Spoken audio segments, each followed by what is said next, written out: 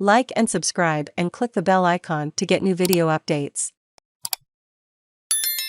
Australia's lifeline to the US. The stakes in Solomon Islands are exceptionally high. April 19, 2022, 5.00 am. Save login, register or subscribe to save articles for later. Share normal text size, larger text size, very large text size 108. View all comments. What's the big fuss about Solomon Islands? Why is the most senior Indo-Pacific official in the entire U.S. government making an urgent 14,000-kilometer trip this week to visit a fly-speck country with half the population of Adelaide and one-tenth its economy? We know that the Solomons' Prime Minister Manasseh Sajjavier intends to sign a new security agreement with China. A draft of the secret deal leaked 3 weeks ago. It specifies that China would be allowed to send security forces to Solomons at the request of the Solomons government.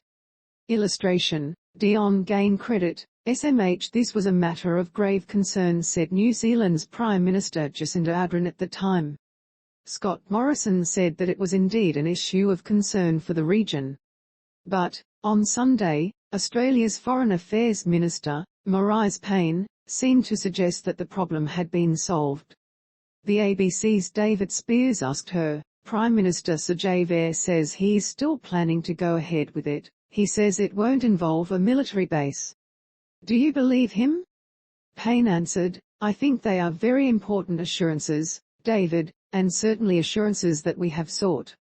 She added, overwhelmingly, we believe that the Pacific family is best placed as responders to security issues in the Pacific region. She did express one reservation: a lack of transparency, which should be discussed in a broader Pacific Island Forum context. Australia, which is a member of the forum, would support such a discussion, she said. Foreign Affairs Minister Marise seems sanguine about the Solomon Islands' new security arrangement. Credit, Stephen Stewart. View. So, there's nothing to worry about. Strange, then, that the senior U.S. official from Joe Biden's White House is still planning the long trip to Oneira this week. Kurt Campbell, the U.S. National Security Council's Indo-Pacific coordinator, doesn't seem to agree that there's nothing to worry about. Which one is right? In fact, Payne is guilty of gilding the lily quite irresponsibly. With an election campaign underway, which minister in the Morrison government would want to admit to a strategic crisis in Australia's maritime approaches? Not Pollyanna Payne. There are 2 reasons that this is a clear and present danger to Australian, NZ and regional security. First, recall the stakes. Solomon Islands is central to regional strategy. It sits at a choke point on Australian and NZ contact with the world. A power that controls access can control Australia's lifeline to the US. Which is why the Japanese imperial forces seized the main island of the Solomons Group, Guadalcanal, in 1942. It was the scene of the Battle of Guadalcanal, one of the pivotal struggles of World War II in the Pacific. Chinese Premier Li Keqiang left, and Solomon Islands PM Manasseh Sajjavier in Beijing. Credit, AP. From the Solomons, Japanese attacks on our sea communications had the ability to stop our access to international trade and would have led to a rapid decline of Australia's economy, political stability and military strength, writes Australian military historian Gregory Gilbert. Led by the US, Allied forces dislodged the Japanese and began the great rollback of Japanese forces in the Pacific. Geography hasn't changed. The stakes are exceptionally high.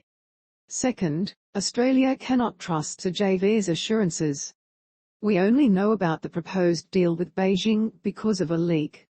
It also turns out that Sajjavier is in talks with Beijing to allow China secretly to bring dozens of weapons, pistols, rifles and machine guns, into Oneira. Again, we only know about this because of a leaked draft. How many other arrangements is Sajjavier discussing with Beijing in secret?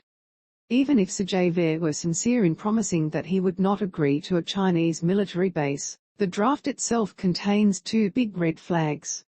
Article 1 says that China may, according to its own needs and with the consent of the Solomon Islands, carry out ship visits to, carry out logistical replenishment in, and have stopover and transition in Solomon Island. There is nothing in the deal to preclude Chinese naval vessels. And number 7 says that the framework agreement can be revised and supplemented upon written consensus. So it could be expanded at any point. But doesn't the Solomons retain the right to veto any Chinese forces? Technically, yes. Realistically, no.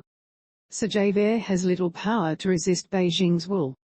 After he survived last year's no-confidence motion against him in Parliament, his government rewarded each MP who voted for him with some $40,000 in a payment from a constituency fund supplied entirely with cash.